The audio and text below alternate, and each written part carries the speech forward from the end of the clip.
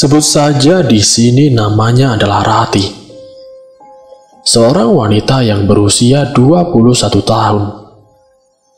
Dia akan bercerita tentang peristiwa yang dialaminya 3 tahun yang lalu. Ketika itu ia masih berusia 18 tahun. Waktu itu di tahun 2018. Ketika itu Rati tinggal di Jogja, di rumah kakaknya. Sebut saja namanya Kak Dewi. Kak Dewi adalah anak nomor 4 dari 5 bersaudara. Dia tinggal di Jogja karena memang tinggal bersama suaminya yang mempunyai usaha di kota itu. Suami Kak Dewi sebut saja namanya Roni. Kak Roni lebih sering keluar kota dalam rangka mengurus bisnis yang digelutinya. Jadi hanya ada Rati dan juga Kak Dewi, serta 1 anaknya yang masih kecil, dan 3 orang asisten yang membantu mengurus rumah dan segala keperluannya. Jadi yang tinggal di rumah besar dan mewah ini hanya kami berenam. Rumah mewah dan besar. Benar, Kak Dewi dan keluarga menempati rumah yang menurutnya sangat besar. Rumah 2 lantai, memiliki 8 kamar yang besar. Perabotan mahal mengisi setiap sudut ruangan. Rumah ini juga berdiri di atas tanah yang sangat luas, nyaris 1 hektar. Karena itulah, halaman dan pekarangan yang dimiliki jadi sangat luas. Kolam renang besar menghiasi halaman belakang. Panas matahari tidak gampang menembus sampai permukaan air, karena beberapa pohon besar rindang berdiri di sekelilingnya. Jadinya Rati yang hanya seorang putri dari pemilik warung kelontong di Semarang, menjadi seperti tinggal di istana raja. Lalu kenapa Rati bisa tinggal di rumah itu? Kenapa bisa tinggal di rumah keluarga Kak Dewi? Jadi ceritanya begini. Setelah Rati lulus SMA di Semarang, Rati sempat menganggur hampir selama 1 tahun. Ia ingin melanjutkan pendidikannya, namun orang tuanya belum punya uang untuk biaya. Rati bisa mengerti tentang hal itu. Ya sudah, kamu tinggal di Jogja saja, biar kakak yang membiayai kuliahmu. Hitung-hitung sambil menemani kakak di rumah. Begitulah ucapan dari Kak Dewi ketika datang berkunjung dan mengetahui kalau Rati menganggur setelah lulus sekolah. Rati sungguh senang mendengarnya. Kebaikan kakaknya ini merupakan jalan keluar dari keinginan Rati untuk bisa kuliah. Tentunya bapak dan juga ibunya setuju jika Rati berangkat ke Jogja dan tinggal di rumah kakaknya. Hingga akhirnya, sekitar awal tahun 2018, Rati mulai hidup di Jogja, kota besar yang sama sekali belum pernah dikunjungi sebelumnya. Sedikit cerita tentang keluarga Dewi. Kak Dewi ini menikah pada pertengahan tahun 90-an. Sebelumnya mereka adalah teman sekolah. Pernikahan mereka dikaruniai 2 orang anak, Heri dan Rifka. Namun salah satu dari mereka, yaitu si Rifka, harus meninggal dunia dengan tragis karena kecelakaan motor. Sebelum Rifka meninggal, hidup mereka ini sangat pas-pasan. Tinggal di Jogja dengan berpindah-pindah rumah kontrakan karena belum memiliki rumah sendiri. Seringkali Rati mendengar kabar kalau mereka meminjam atau meminta uang dari kakak-kakaknya dan juga teman-temannya untuk sekedar menyambung hidup. Begitulah hidup mereka sangat pas-pasan. Sebenarnya orang tuanya pun sudah beberapa kali menyarankan agar mereka tinggal dan memulai hidup lagi di Semarang daripada sengsara di kota orang. Tapi mereka tidak mau. tetap bersikukuh untuk hidup di Jogja. Sampai akhirnya, kabar duka itu pun datang. Mereka mengabarkan kalau Rifka meninggal karena kecelakaan. Tetapi sepeninggalnya Rifka, Rati mendengar kalau kakaknya ini hidupnya secara perlahan mulai membaik. Kata orang tuanya Rati, usaha yang mereka rintis mulai banyak membuahkan hasil. Pelan-pelan mereka bisa melunasi hutang piutangnya, dari hutang kepada keluarganya maupun orang lain. Sampai singkat ceritanya, akhirnya pada tahun 2014, mereka akhirnya mampu memiliki rumah sendiri. Waktu itu rumahnya bukanlah rumah mewah yang Rati ceritakan di awal tadi. Keluarga Rati memang asli orang Semarang. Pada tahun 2015, kakak pertamanya Rati yang bernama Randy terkena PHK di perusahaan tempat dia bekerja. Sejak itu dia pun menganggur. Ya sudah, Randy ikut aku ke Jogja saja, membantu usaha kami, bantu pekerjaan Mas Roni, daripada nganggur di Semarang. Begitu kata Kak Dewi, setelah mengetahui kalau kakak yang pertamanya ini sudah tidak bekerja lagi. Kak Randy pun akhirnya berangkat dan tinggal di Jogja bersama anak istrinya untuk membantu usaha yang dijalani suaminya Kak Dewi. Rati yang cukup dekat dengan kakak pertamanya ini sedikit merasa kehilangan ketika dia akhirnya pindah ke kota. Tetapi sekitar 6 bulan kemudian, kabar duka kembali datang. Kakak pertamanya Rati berpulang ke pangkuan ilahi. Dia meninggal mendadak karena kecelakaan kerja, terjatuh dari atap salah satu pabrik milik suaminya Kak Dewi. Lagi-lagi Rati sekeluarga berduka cukup dalam. Lalu sekitar 1 tahun sepeninggalan kakak pertamanya, Rati mendengar kabar kalau Kak Dewi dan juga suaminya sudah pindah ke rumah baru yang jauh lebih besar, lebih mewah, berdiri di atas tanah yang sangat luas. Yang sebelumnya hanya memiliki 1 asisten rumah tangga, kini mereka sudah dibantu oleh 3 asisten. Ingat Rati, kamu jangan pernah masuk ke kamar itu. Di sana isinya perlengkapan kerja Mas Roni. Nanti dia akan marah kalau ada yang masuk ke ruangan itu. Begitu kata Kak Dewi pada hari pertama Rati tinggal di rumahnya. Sebelumnya Rati sudah diajak berkeliling, dikenalkan dengan 3 asisten, dijelaskan tentang seluruh kamar dan ruangan yang ada di dalam rumahnya. Kamar yang dimaksud oleh Kak Dewi tadi yang tidak boleh Rati masuki adalah kamar yang ada di lantai atas. Letaknya di pojok sebelah kamar yang akan Rati tempati nantinya. Pintu kamar itu tertutup dengan rapat dan sepertinya terkunci. Karena Rati sempat hendak membukanya, namun tidak bisa. Rati hanya menurut, tidak akan berani untuk menentang omongan kakaknya. Kamar yang misterius, begitu Rati menyebutnya.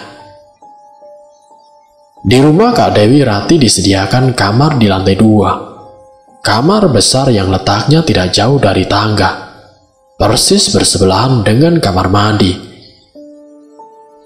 Hari pertama ia habiskan dengan berkeliling rumah dan berkenalan dengan orang yang bekerja di rumah kakaknya. Hingga tidak terasa, akhirnya malam pun tiba.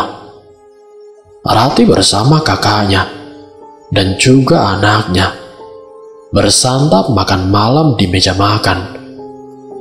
Bermacam makanan lezat tersaji di atas meja marmer besar yang pasti harganya sangat mahal. Persis di tengah ruangan, bergantung lampu kristal besar menerangi seisi ruangan makan. Sampai pada saat itu, Rati belum juga berhenti terkagum dengan segala harta di rumah yang dimiliki oleh kakaknya. Benar-benar seperti istana, dengan perabotan layaknya untuk raja dan ratu. Oh ya Rati, sepertinya pintu kamar kamu kuncinya sedang rusak. Kakak belum sempat untuk menghubungi tukang untuk memperbaikinya, ujar Kak Dewi ketika sedang di meja makan. Benar adanya pintu kamar Rati kuncinya memang rusak. Bisa tertutup, tapi tidak bisa dikunci. Ya sudah, kamu istirahat dulu sana. Kamu pasti capek kan seharian ini? Kak Dewi menutup percakapan kami malam itu. Setelah itu kami masuk ke kamar masing-masing. Jam 9 malam Rati sudah berada di kamar. Namun isi kepalanya masih terus saja berkutat pada kekaguman akan kekayaan dan kehidupan mewah yang dimiliki oleh kakaknya. Mereka pasti sudah sangat bekerja keras untuk mendapatkan semua ini. Itu yang ada di dalam pikiran Rati. Mungkin sekitar jam 11 malam, akhirnya Rati bisa tertidur. Tidurnya cukup nyenyak, tapi tidak lama. Sekitar jam 3 dini hari, Rati pun kembali terjaga. Sejak masuk kamar tadi, sengaja Rati tidak mematikan lampu kamarnya. Sepertinya Rati terbangun karena semilir angin dingin yang mengelus tubuhnya. Anginnya berembus masuk melalui pintu kamar yang dalam keadaan terbuka. Pintu kamar terbuka. Rati sendiri juga keheranan kenapa pintunya bisa terbuka, walaupun tidak terbuka penuh, hanya setengah. Padahal Rati sangat yakin kalau sebelum tidur tadi pintu sudah dalam keadaan tertutup. Apakah mungkin karena tertiup angin jadinya bisa terbuka sendiri? Begitu pikir Rati. Namun karena pintu terbuka itu, Rati menjadi bisa melihat keadaan luar. Celahnya cukup baginya untuk memperhatikan gelapnya suasana di luar kamar. Sangat gelap sekali. Ruang tengah lantai 2 sangat gelap. Tidak ada lampu menyala satupun. Beberapa saat Rati diam memperhatikan gelap di luar. Belum 100% sadar setelah terjaga, Rati juga masih berusaha mengumpulkan niat dan tenaga untuk bangun dari tidurnya, untuk menutup pintu kembali. Namun seiring bergulirnya waktu dan mulai terbiasa matanya melihat keadaan remang, Rati merasa kalau ada yang mengganggu pandangannya. Walau tidak begitu jelas, tapi sepertinya dia melihat ada sosok di ruang tengah. Sosok itu berdiri diam, memperhatikan Rati yang masih terbaring di tempat tidur. Sosok itu berbentuk siluet hitam, tapi Rati jelas melihatnya. Siapa sebenarnya makhluk itu? Beberapa detik Rati terus memperhatikan makhluk itu, sampai kemudian timbul niat mendekati pintu untuk memastikan bangun dari tempat tidur. Lalu dia berjalan ke pintu. Tapi setelah sampai, tiba-tiba bayangan hitam itu sudah tidak ada lagi. Entah kemana perginya. Di hari berikutnya, Rati jalani dengan kegiatan yang sedikit banyak kesibukan. Entah itu membantu pekerjaan rumah, antar jemput Heri sekolah, membantu usaha kakaknya. Apa saja Rati lakukan untuk mengisi kekosongan. Belum ada kegiatan perkuliahan, karena waktu itu pendaftaran masuk universitas memang belum dibuka. Seiring berjalannya waktu, Rati juga menjadi lebih akrab dengan penghuni rumah, termasuk dengan para asisten rumah tangga. "Mbak, memang kamar atas dekat kamarku itu isinya apa sih? Kok sepertinya misterius sekali? Memang tidak ada orang yang boleh masuk situ?" tanya Rati kepada Mbak Sum, salah satu ART di rumah ini. "Oh, kamar itu ya Mbak. Saya juga tidak tahu pasti. Lawang saya juga tidak pernah boleh masuk, walaupun hanya untuk membersihkan. Pintunya kan selalu terkunci." Begitu jawaban dari Mbak Sum. Memang sangat aneh, tapi ya sudahlah. Rati tidak bertanya lebih jauh. Mungkin karena isi kamar itu sangat privasi bagi Kak Dewi dan juga suaminya. Jujur, selama tinggal di kamar atas, beberapa kali Rati mendengar suara-suara aneh. Contohnya beberapa kali terdengar langkah kaki naik atau turun tangga. Pernah juga ada suara pintu terbuka, entah pintu yang mana, yang cukup membuatnya merinding. Beberapa kali Rati melihat ada bayangan hitam tinggi besar melintas di depan pintu kamarnya. Pintu kamar yang tengah malam dalam keadaan terbuka. Padahal Rati yakin sudah menutupnya sebelum dirinya tidur. Mungkin rumah ini terlalu besar bagi penghuni yang hanya segelintiran, jadinya cukup menyeramkan. Tapi seiring berjalannya waktu, Rati berusaha untuk melupakan dan mengabaikan setiap keanehan yang dirasa, mencoba untuk sibuk dengan kegiatannya. Tetapi ketika sudah hampir 3 bulan tinggal di rumah kakaknya, walaupun tidak begitu jelas, pada akhirnya Rati bisa melihat isi kamar misterius itu. Seperti biasa, sekitar jam 9 malam, Rati sudah berada di dalam kamar. Hiburan satu-satunya adalah ponsel kesayangannya, sambil menunggu kantuk datang. Dapat dipastikan, lampu luar kamar sudah dalam keadaan mati semua. Hanya kamarnya saja yang masih terang. Di tengah asiknya bermain ponsel. Tepat jam 10, Rati mendengar suara yang aneh. Ada suara yang sumbernya dari luar. Rati mendengar derit suara pintu terbuka perlahan. Saat itu Rati belum tahu pintu mana yang terbuka, karena ada 4 kamar di lantai atas. Tiba-tiba terdengar suara lagi. Kali ini sepertinya suara pintu tertutup. Siapa yang keluar masuk salah satu kamar? Entahlah. Setelah itu Rati memutuskan untuk mematikan lampu kamarnya dan menyalakan lampu tidurnya. Ketika hendak merebahkan tubuh di atas ranjang, lagi-lagi terdengar suara pintu yang terbuka perlahan. Saat itulah timbul rasa penasaran si Rati. Rati berniat melihat keluar untuk mengetahui pintu kamar mana yang terbuka. Setelah sudah membuka pintu dan melihat keadaan luar, benar dugaannya. Di luar kamar sungguh gelap gulita.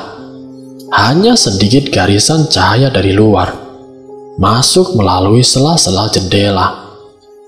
Untuk membantu penglihatannya, Rati menggunakan lampu dari ponselnya. Cahaya terang ponselnya menyapu setiap sudut ruangan lantai 2 yang luas ini. Rati jadi bisa melihat cukup jelas, hening dan kosong. Tentunya itulah pemandangan yang ada di hadapannya. Sampai akhirnya, pandangan Rati terhenti di salah satu kamar yang pintunya dalam keadaan terbuka. Ya, ternyata kamar yang pintunya terbuka adalah kamar misterius itu. Takut dan penasaran, dua rasa berkecamuk di dalam kepalanya. Namun rasa penasarannya yang sudah membuncah mengalahkan segalanya. Akhirnya Rati memutuskan untuk mendatangi kamar itu.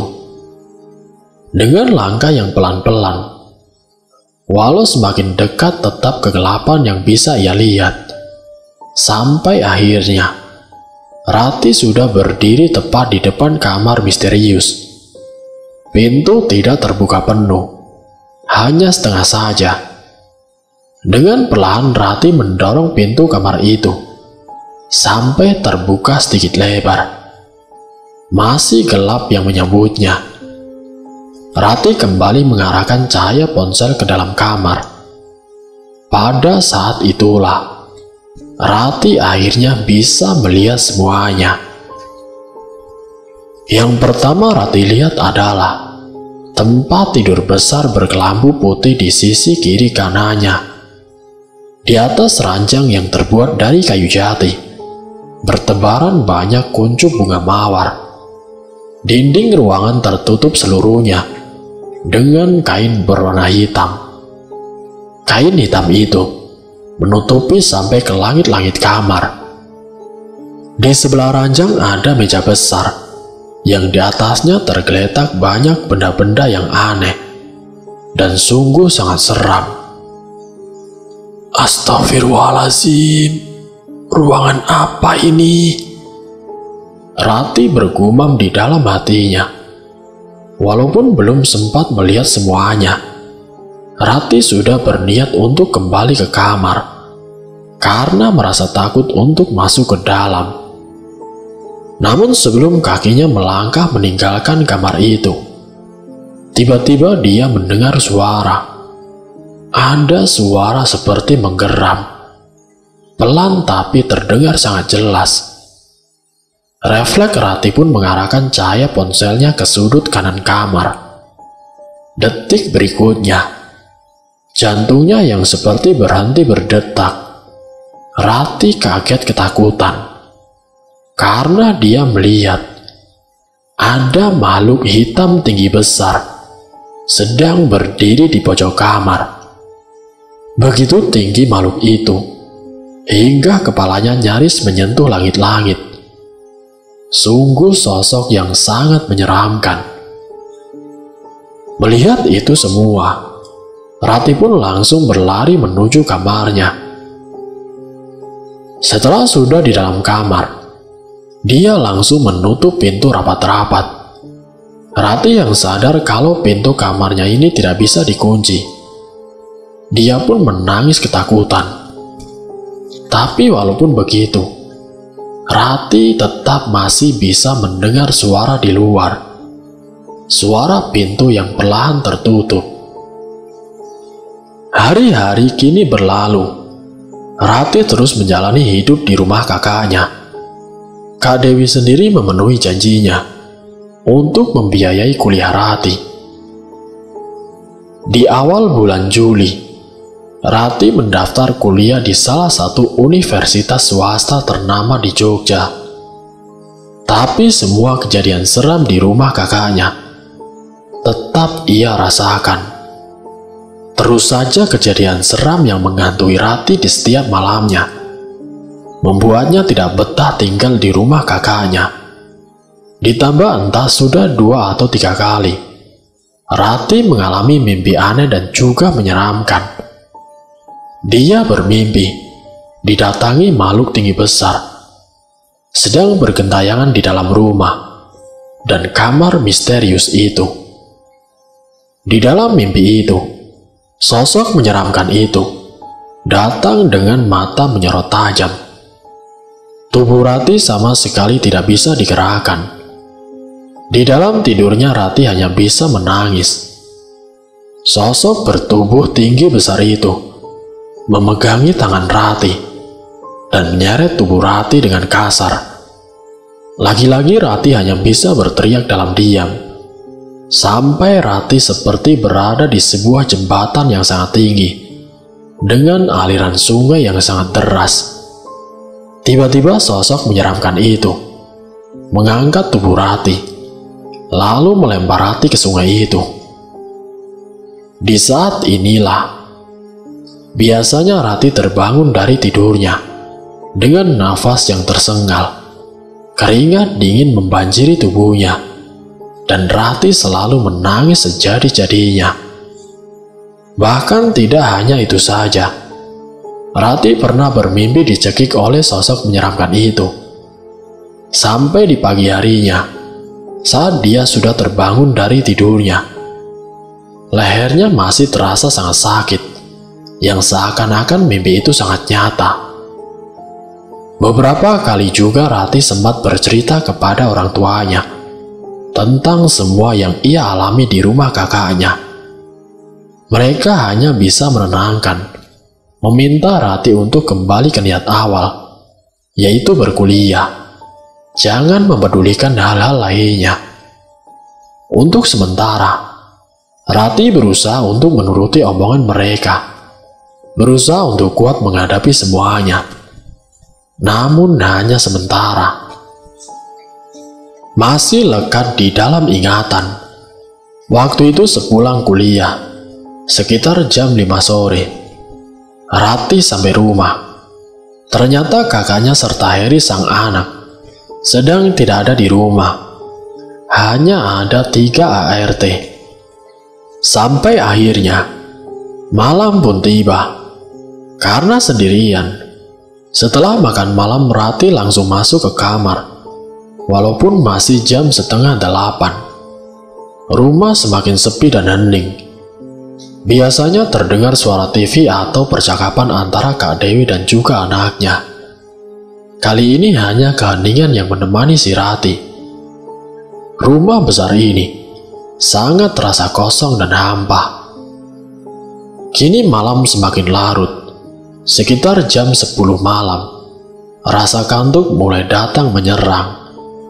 Rati yang seharian sudah sangat lelah karena banyak kegiatan, akhirnya menyerah lalu tertidur dengan lelap. Namun tidak berselang lama, jam 3 dini hari Rati kembali terjaga.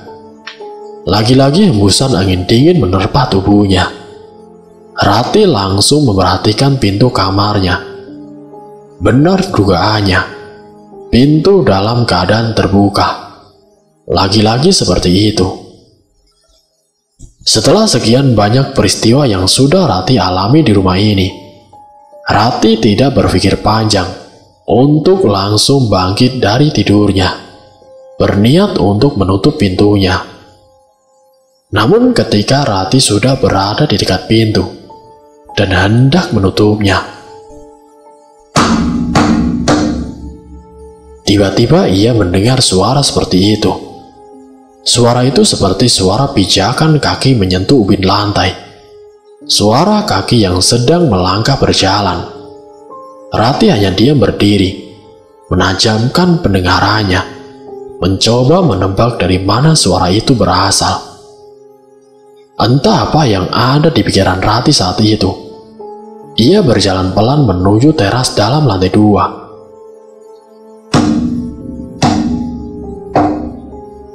Suara itu masih saja terdengar. Sementara Rati masih berdiri di pinggir pagar teras memperhatikan ke bawah. Awalnya ia belum melihat apa-apa, karena rumah dalam keadaan gelap gulita. Hanya sedikit cahaya yang masuk dari luar. Tapi setelah mata sudah terbiasa melihat dalam gelap, akhirnya Rati melihat sesuatu.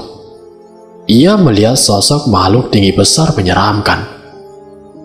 Sosok itu berjalan menyusuri lantai 1, melangkah pelan menuju tangga lantai atas, tempat di mana Rati sedang berada. Seketika itu juga, tubuhnya merinding.